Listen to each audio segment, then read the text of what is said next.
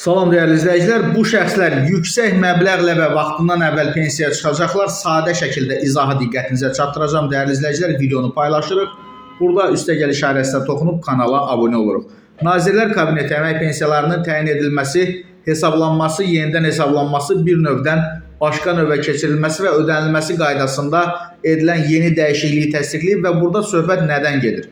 Dəyərli izləyicilər, deməli, əmək pensiyaları haqqında qanunun 9-cu maddəsinə əsasən axırıncı iş yerindən asılı olmayaraq güzəştli şərtlərlə yaşa görə əmək pensiyası almaq hüququ verən incəsənətin xüsusi sahələrinin yeraltı əmək şəraiti xüsusilə zərərli və ağır olan işlərin Nazirlər Kabinetinin təsdiq etdiyi siyahısında nəzərdə tutulan, siyahıda azı 12 il 6 ay çalışmış kişilərin və 10 il çalışmış qadınların yaş həddi 5 il azaldılmaqla yaşa görə əmək pensiyası hüququ var. Yəni, zərərli işlərdə kişilər 12 il yarım, qadınlar 10 il işləyiblərsə, 5 il, yəni tez 60 yaşında pensiya çıxırlar və daha yüksək pensiya alırlar. Lakin bunun üçün vətəndaşdan arayış tələb olunur və bəzən həmin müəssisənin bağlanmış olması problem yaradır. Yəni, əgər hətta keçmişdə işlədiyiniz iş yeri bağlanıbsa belə bu problem deyil. Yetər ki, həmin o zərərli işlərin siyahısında bu iş varsa, 5 il daha tez və yüksək pensiya ilə